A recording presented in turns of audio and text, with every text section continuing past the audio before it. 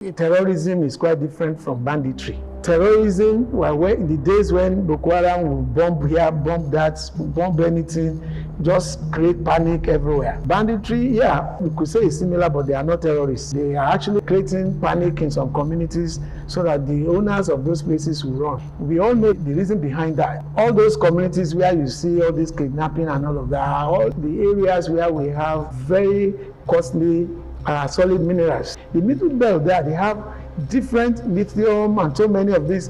A ton of lithium is $20,000, and some people have been mining this years back.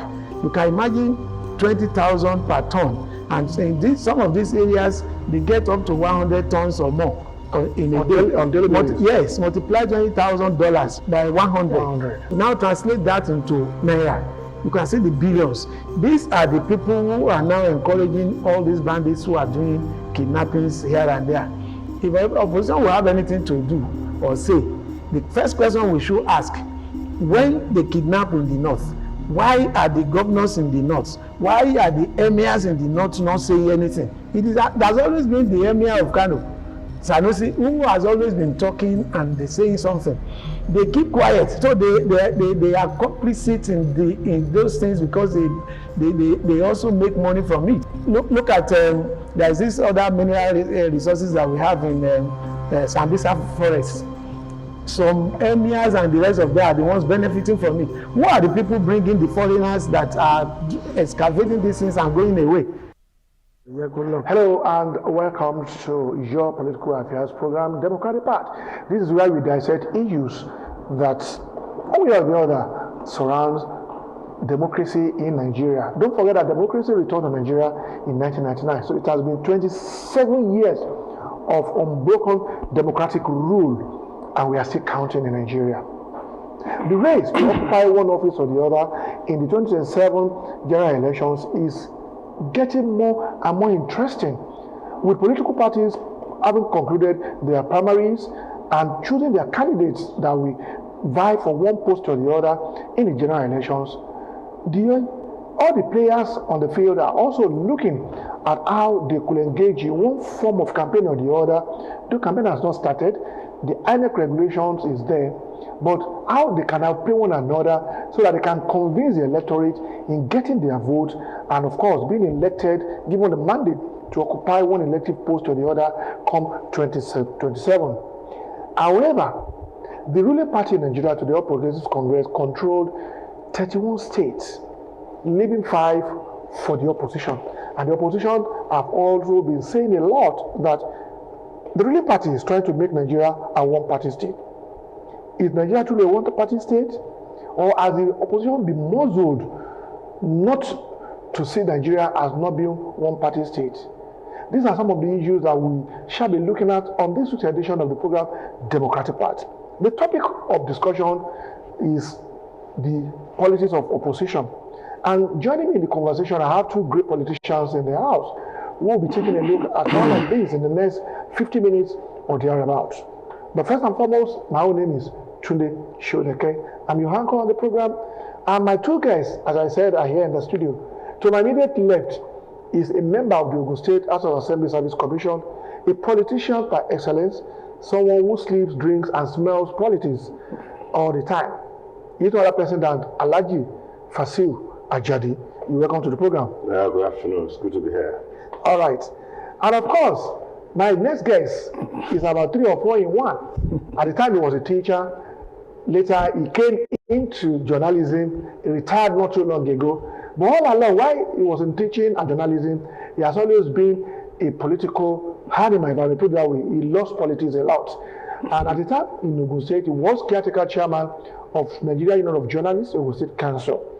Today, he is a senior legislative aide to the Senate President, Senator Godswill Akpabio. Join me as I welcome to the studio, Honorable Karita. I think I'm safe by calling you Honorable. Well, I've actually taken so many titles.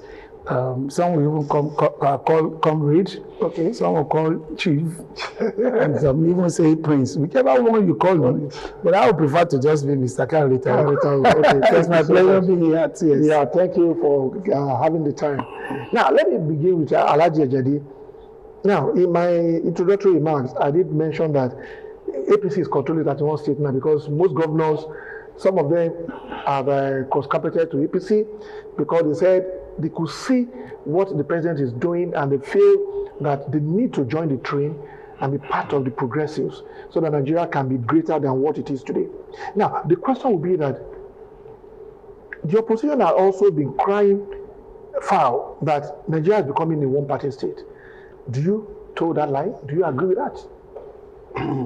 No, not in the least. I won't agree with that. Because currently, the politics, opposition politics in Nigeria is currently defined by fragmentation and defection to all Nigeria People's Congress. The opposition parties themselves, they did not get their acts together. They cannot manage what they have. If you look at PDP, they have two groups in PDP.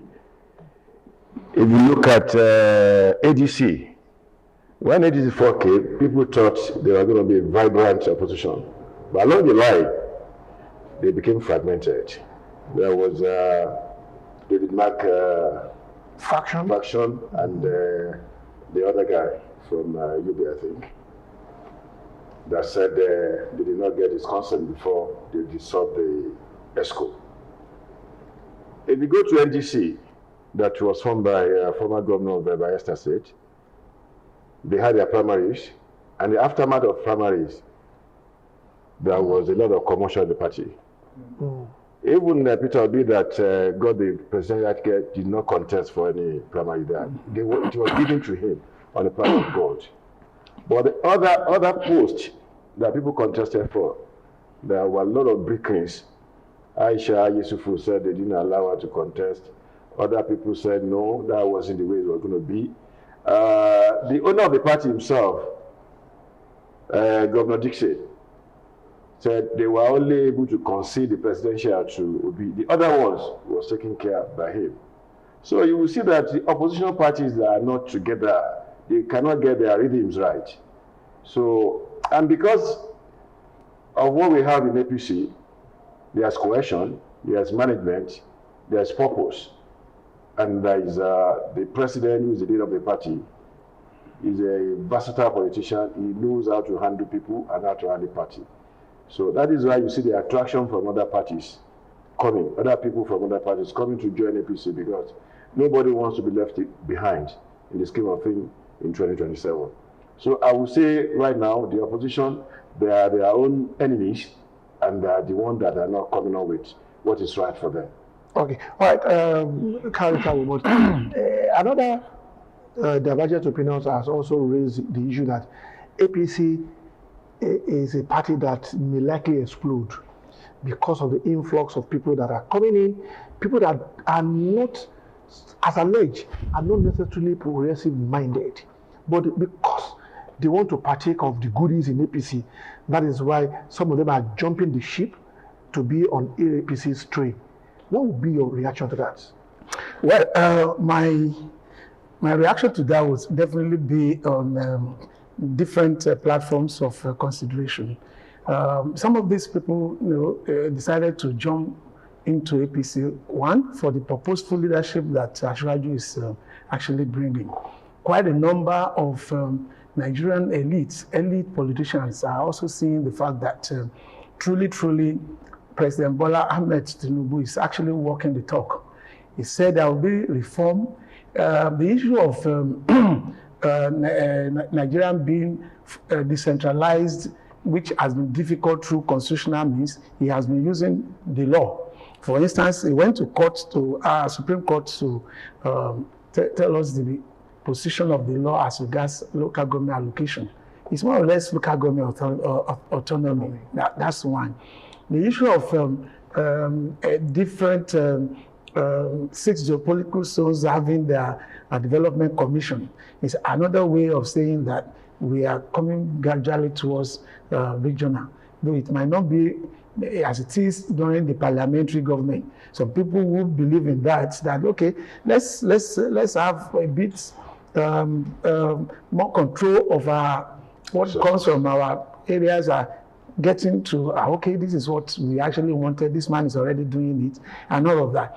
Now, in the political arena, what my brother earlier on said, I think it's what has actually come to play, that even those who are governors in the opposition, many of them that were unable to meet with their financial obligations before, those who are, mostly those who are on the second term now, with the advent of President Bola Ahmed Tinubu, many of them are getting more funds. So they are able to pay and do so many things.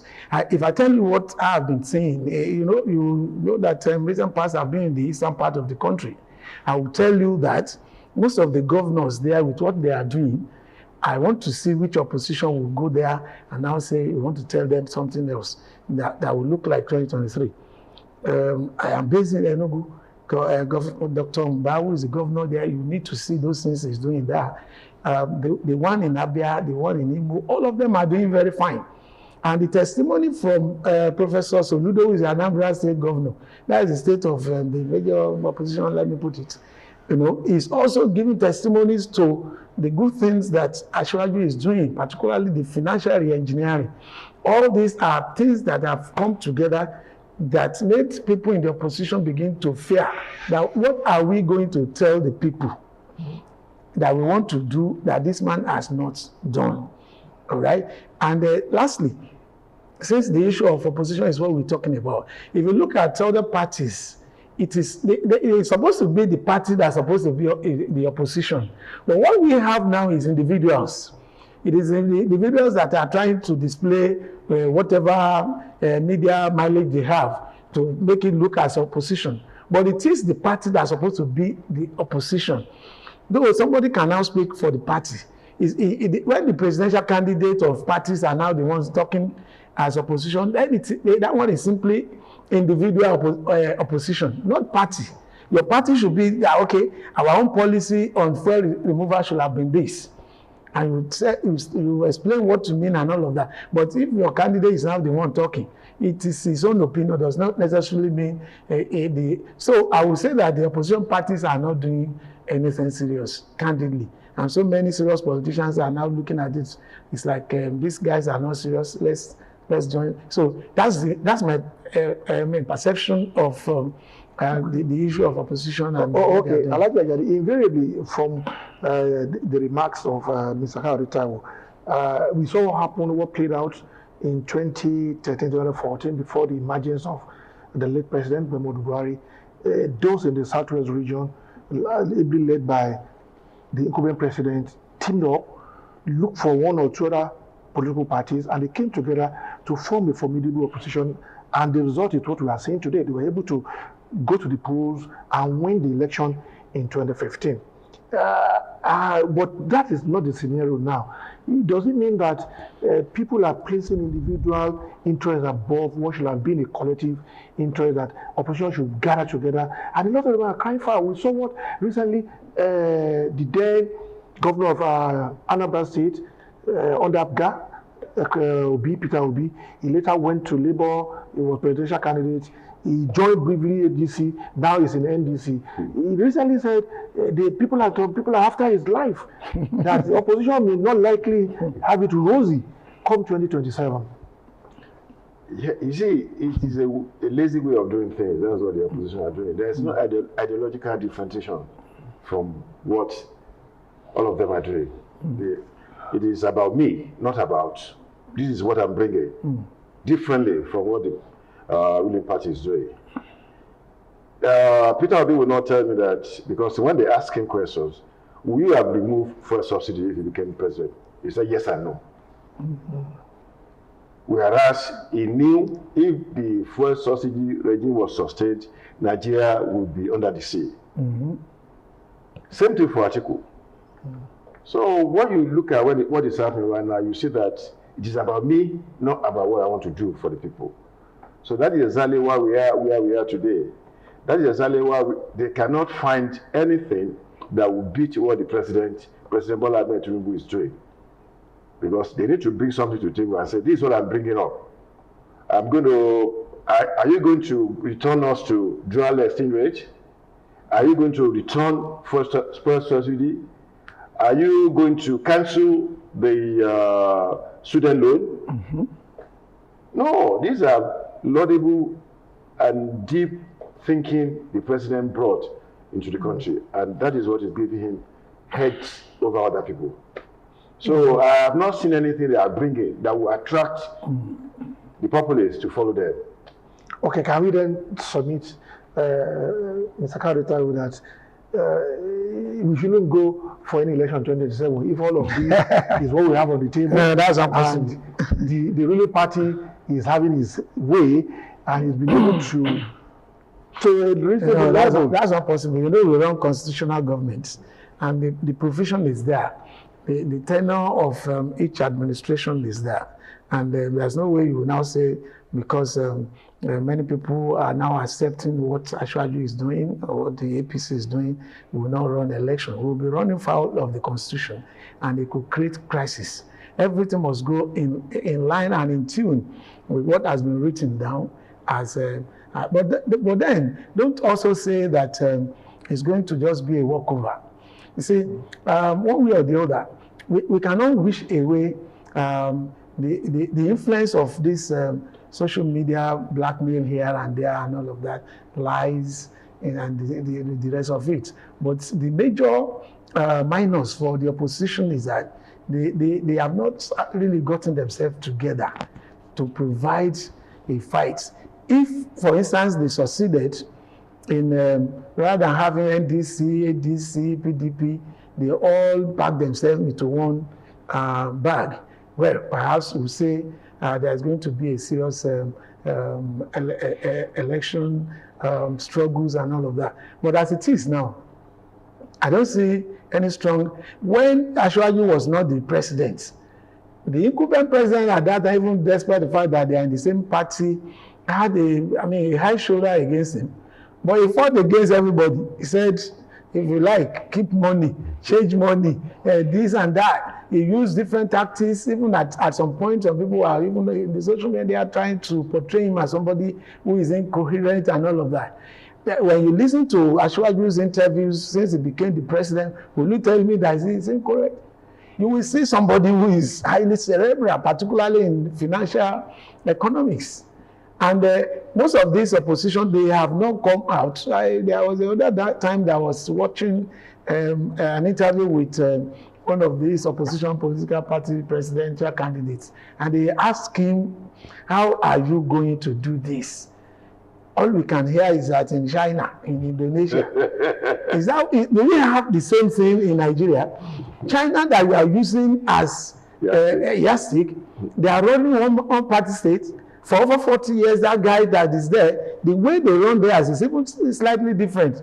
When they want to form their own government, they don't throw it open. They look at all those big guys who are in China, who are business tycoons, whose interest is in the survival of China. They bring them together. They are the ones who bring out those people who will be in that cabinet, who understand the politics of economics and all of that. And we don't just say, I'll do anything anyhow.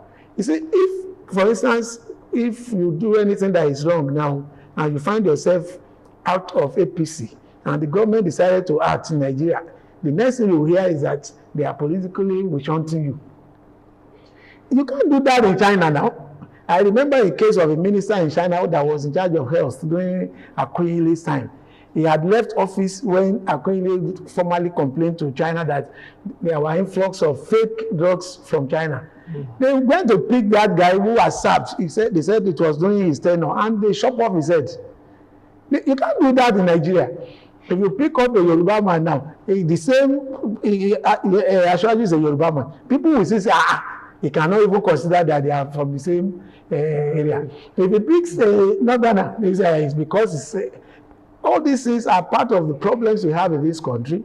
And until when all of us are ready to comport ourselves and submit ourselves to the rules, to the rule of law.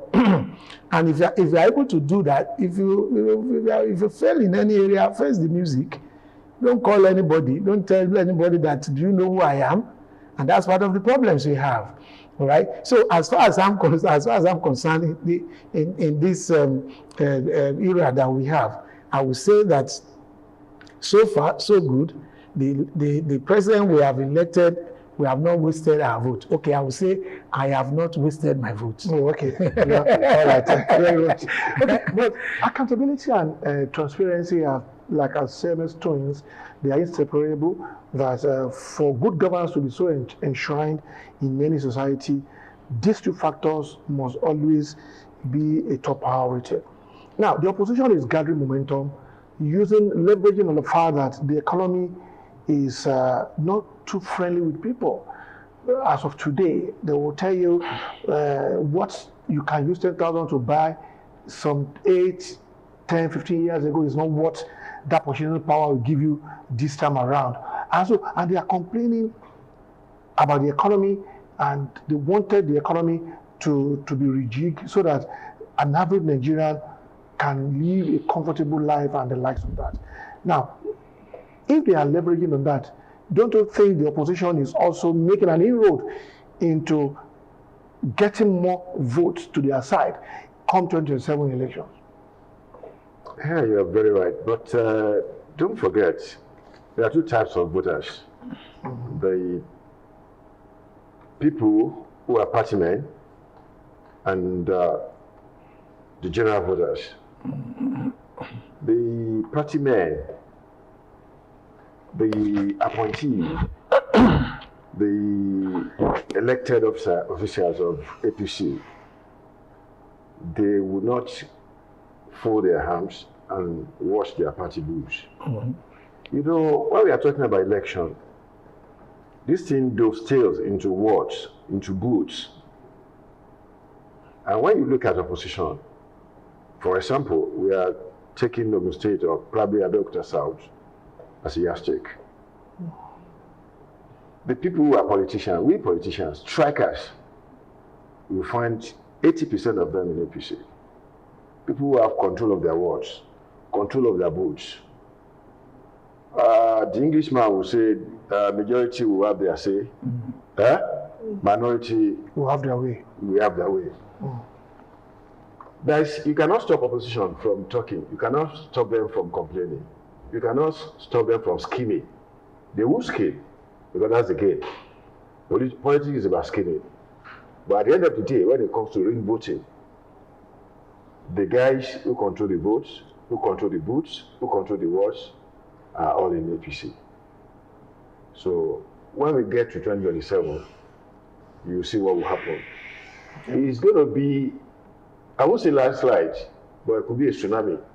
And that is even much more greater than being a landslide. Because what we are witnessing now in terms of development, what the government is doing, what the president is doing, there are things that we have not seen in the years before.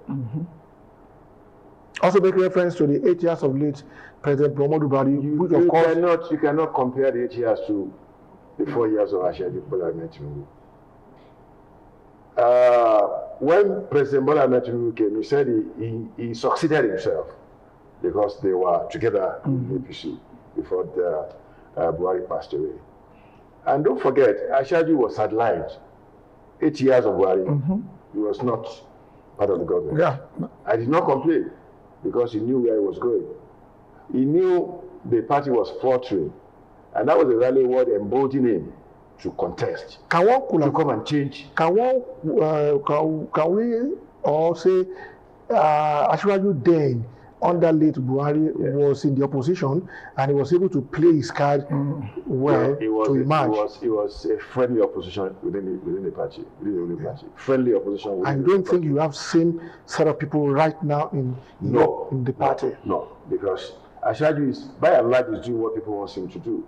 He's doing what is happy, what is making people happy. You know, look at the way they said in 2023. The foreign reserve was about maybe 2-3 billion. Yeah, now it's 43 billion dollars. No, the last update is 52. Is about 52. Yeah. So the man is working. Look at the kind of foreign inflows that is coming to the country now. Look at the development of roads throughout Nigeria that is doing. If you are going to Ore and you pass through Shagamu, in the night. Concrete roads, about 7 inches or 9 inches thick, with street lights. Yeah. It's not only here. If you go to the north, it's like that. If you go to the east, it's like that. So we didn't have this. Look at the coastal road. When it started, people said it was not going to be possible. But it's possible. He's doing it. Those are part of the campaign promises. And go and check what he said when he was campaigning. He's almost achieving almost 50% of what he was going to do. Yeah. So that is why I said the opposition, they are not bringing anything new that will make people change their minds against the president. So Okay, so if the opposition... So just a minute before you, I just want to chip in one or two things based on the question you asked earlier on, talking about the issue of transparency in governance and all of that. You will recall that if you look at NNPC before now, it used to be untouchable agency of government. They do anything they like. They don't even remit to the central bank. After they do all their own deductions, do everything they like, before they now pay whatever they want to pay into federal allocation account and all of that. But Ashwaju came and he knew that, no, if we want transparency in this particular sector, we must do the reform team must actually get to this place. And it started by first changing some people at the top echelon there. Eventually, they removed so many of them and now insisted that every dime that is coming into Nigeria as oil revenue must go to CBN, because that's the major job assignment that CBN has. If you have off-air expenses that has to be settled, yes, put up your memo. Because we know that you must definitely have some funds that you have to pay. Look at forests. Before now, forests used to they also subsidized that forest before Ashwaju came. And it got to the point that foreign investors don't have confidence in that place again, because they can't get funds for their investments, because so many of the companies they invested in, they can't raise the dollar equivalent and all of that. It came around, it stopped the idea of paying subsidy, floating naira. So the capacity of naira came to what it is, in pari passu with dollar. Don't let us kid ourselves. Before Ashwaju came, we have been living fake life in Nigeria. Fake. Everything subsidized. And we thought it was cheap. And as at the time he came in, about 95% of Nigeria GR was being used to service debt. Not even paying debt, not paying you, service the interest. And because of the re-engineering he has done, look at the tax law and all those, he's even targeting those up there. Many people didn't understand that tax law initially. The opposition were trying to blackmail him that they want to tax your 500 naira, they want to tax your 200 naira. Even if you send 1,000 to your child in school, they will tax it. If you don't make 50 million profits, you are free. It is stated clearly. Those people who are big men in Nigeria, the ones who are not paying taxes before, and it is that net that he wanted to get at, and he's already getting at them. Because if you don't go and do what you're supposed to do, all this BVN, all this NIM and the rest they are doing, they are already linking everything to the information system that once they click your name, every information about you will come. So if you don't pay your tax, they can always get at you.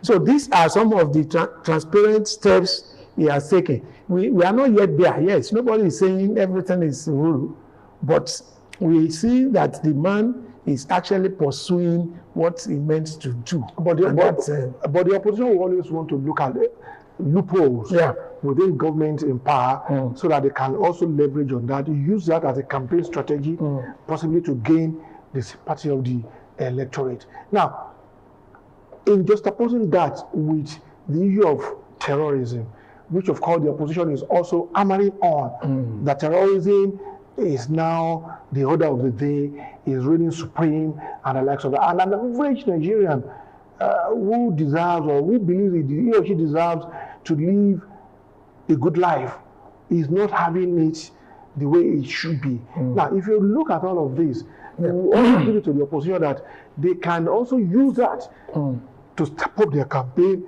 and possibly gain the sympathy of the electorate. Yeah, thank you very much. Let me first situate those two words you have used. Terrorism is quite different from banditry. Terrorism, well, in the days when Boko Haram will bomb here, bomb that, bomb anything, just create panic everywhere. The banditry, we could say it's similar, but they are not terrorists. They are actually doing that, creating panic in some communities so that the owners of those places will run. We all know the reason behind that. All those communities where you see all this kidnapping and all of that are all the areas where we have very costly solid minerals. Go to Benue, Nasarawa, Sanfara, along that Kogi, that middle belt area, aside from Sanfara that has gold and the rest of it, the middle belt there, they have different lithium and so many of these. A ton of lithium is $20,000. And some people have been mining this years back. You can imagine 20,000 per ton. And in some of these areas, they get up to 100 tons or more in a day. On daily basis. Yes, multiply $20,000 by 200. I mean by 100. 100. You imagine it will now translate that into naira. You can see the billions. These are the people who are now encouraging all these bandits who are doing kidnappings here and there, particularly Kogi, Niger, Kwara, taking some part of northern Oyo and all of this stuff. But we know that if truly those things that they are doing, if opposition will have anything to do or say, the first question we should ask, when they kidnap in the north, why are the governors in the north, why are the emirs in the north not saying anything? There's always been the emir of Kano, Sanusi, who has always been talking and they're saying something. They keep quiet, so they are complicit in those things because they also make money from it. Look at there's this other mineral resources that we have in Sambisa forest. Some emirs and the rest of them are the ones benefiting from it. Who are the people bringing the foreigners that are excavating these things and going away? That you see helicopter landing in the dead of the forest. Is that possible without some elites being there? So all these things are what Ashwaju is controlling by actually creating Ministry of Solid Minerals. And the guy who is there now is also hooking them by the jugular. I know it's going to be a very risky ministry and job for him, but I pray that God will help him, because those who have been making money from all these things before, they already have stupendous amount of money. They can buy anything and they give all this.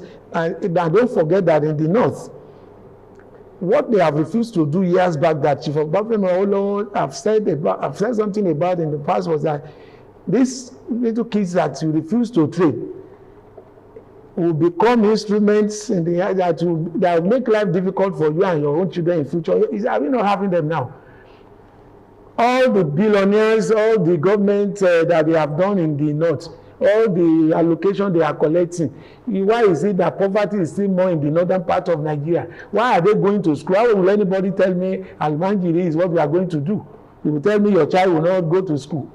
You can't do that in the south. Yeah, the people around your area too will be the one that will be, mama, Soraju.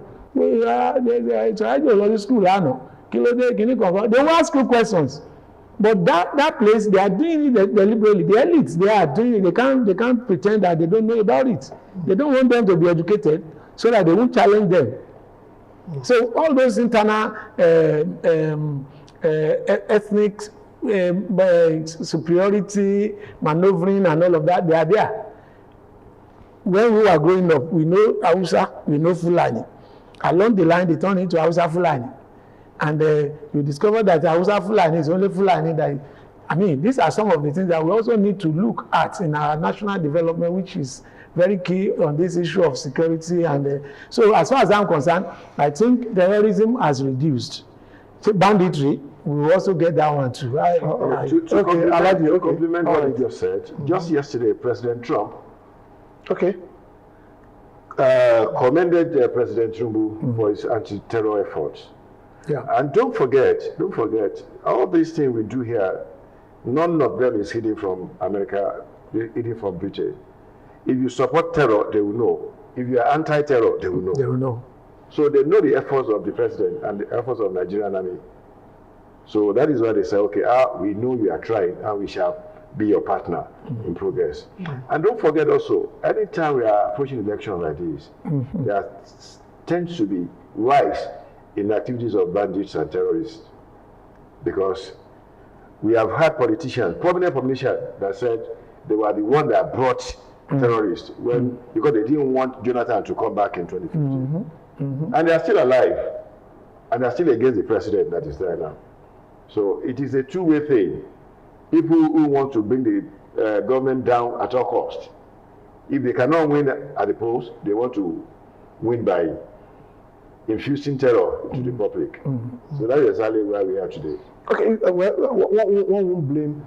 I'm not standing for the opposition, neither am I trying to be a solicitor, but definitely in the game of politics, you take a look at where your opponents' loopholes are, then you try to capitalize on that so that you can build a momentum that possibly is sustainable and can give you a positive result at the end of the day. But where will you place the issue of the electoral process? The opposition has continued to agitate for a more thorough, transparent process that will make every Nigerian to be proud that Nigeria is having an electoral process that could be of a template or that can be copied by any nation across the globe. The power to appoint INEC chairman resides in the president. It's not the fault of the president, whosoever is the president at any given time, because that is what the constitution says and the likes of that. But other processes have always been a talking point that people, the opposition in particular, talk about how transparent will the electoral process be. Will you say the opposition is biting more than they can chew if they keep on putting pressure, asking questions as to how we could have a democracy that everybody will be proud of? Yeah, thank you very much. You see, the oppositions are being clever by how they have members in the Senate, they have members in House of Rep. A lot of them are decamped. Even before they decamp, what effort did they make to change the constitution to favor them? They were there.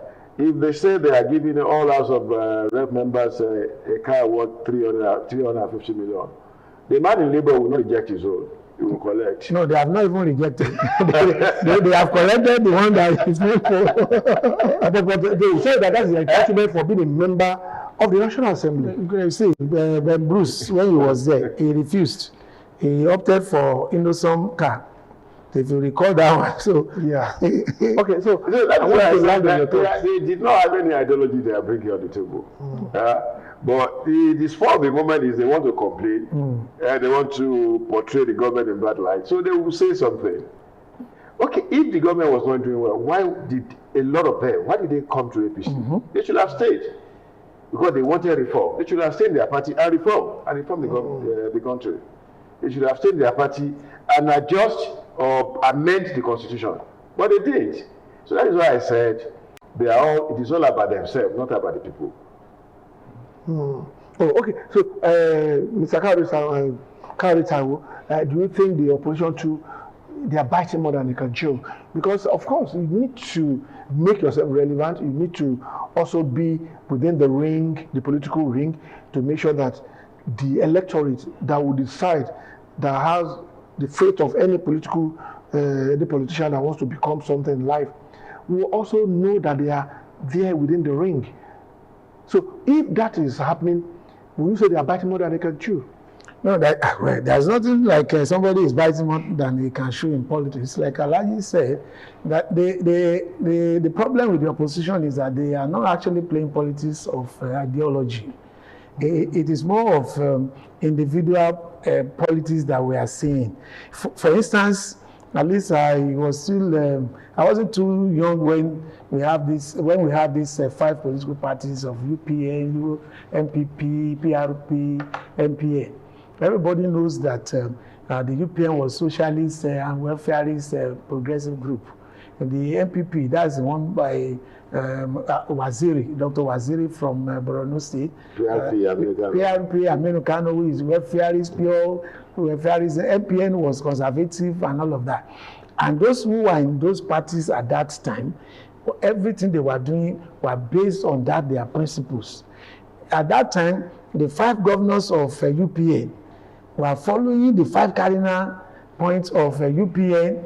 In fact, they do regular meetings where Papa Olowo will ask them questions on free education, what have you done? On health, what have you done?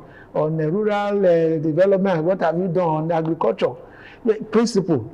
And when there were issues with Nigeria economy at that time, Papa spoke on behalf of UPN that the ship of the economic business of Nigeria is heading for the rocks. That if nothing is done urgently, it will crash and it will take generations for it. It's part of what we are facing now. All these economic crises they are talking, it all started around 1999, even though we have had it even before then during the military and all of those stuff. But what I'm saying is that opposition that want to play on people's intelligence by telling lies, that one could be biting more than it can chew. Because if you are telling lies about someone and he kept his cool looking at you, it does not necessarily mean that he's afraid. Though. Perhaps he wants you to really hit it where it will be tenable in the court, where you have evidence that if it goes to court and all of that, because you can't engage anybody physically anyway. All you can do is to gather your evidence. Okay, you said this. You know that presently somebody is still facing court processes in Abuja because of what he said when you call Nigeria president criminal. Have you in any way taken him to court and the court found him guilty of anything and all of that? That is even insulting. I know that when you lead a country, people can have different kind of say and all of that. But in the situation where you now call your president criminal in public space and all of that, you are already showing more than what you can what you can consume.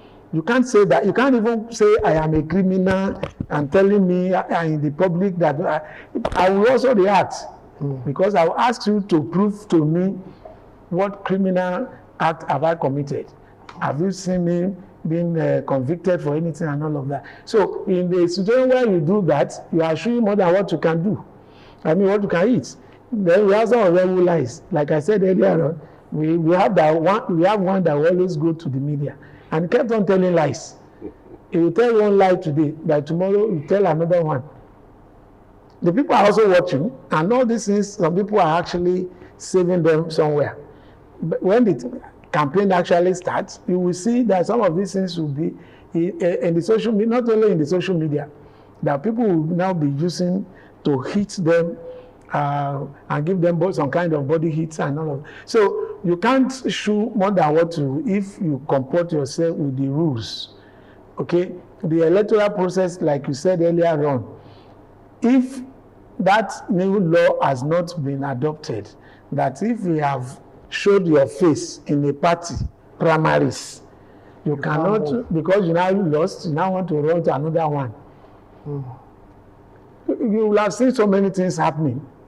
But now that you have showed yourself here, that they know you, that you have contested primary, if you have not contested primary, well, maybe you can still dodge. Somebody in Ogun State here escaped that law because there was no primary. If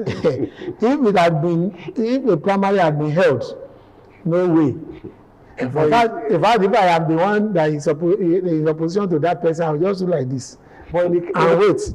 In the case of the person you said escaped that, it wasn't the person's making, because the party that decided not to go to primary could have blamed that. Yes, so it's a blessing to that person. And that was the window she backed on. Yes, now if you attended the primary, she cannot, whatever it is, she cannot go anywhere again.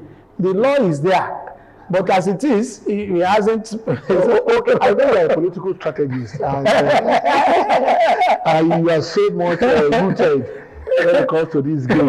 What do you think the opposition needs to do differently? How do you expect me to tell opposition? No. This is not about you telling them now. It's about those that are aspiring to go into politics. No, let them come up with their agenda. Let them market their products.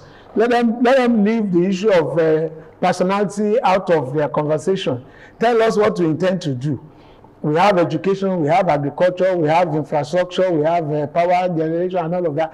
Tell us what you want to do. Tell us what you want to do that is different from what we are doing presently. Yeah, and it is from there that people will listen to you. Don't come and tell us that kind of is issue-based campaign. Issue-based campaign. Market your party because it is the party that we are going to vote for. That's another irony that people don't know. You go on everywhere, you begin to talk and talk and talk. You are not talking about your party. During the voting, it is the symbol of the party that will be on the ballot. Yeah, it's not your face. So it's better for you to talk about your party. And this one I'm actually this way and all of that. And it's not about me talking about when I was in OGTV. I do this. No, it work. People will have forgotten the name of the person that was campaigning. Party. We have seen it before. When people will be asking, which one is the symbol of party? Of party A, you get. So it should be issue-based and market your party. Oh, okay. Market your party. At least it was ACN in Lagos that did the tsunami that swept PDP away from Southwest, if you remember. Many people didn't know the person who defeated the Meji Bankole in Abeokuta. Yeah. You remember now? They didn't know Williams. But they voted for ACN. Yeah, that is it. That is the practical example of what we are talking about here. So if you continue to go and do show face. So that's one strategy that you have just reviewed. That you need to market your party. It's a party. Not individuals. This time it's a party. All these new party that we have now, many people don't know their logo. So if you can keep on talking, and you are not. People just say, well, the party, but you know, no, that is what you're okay.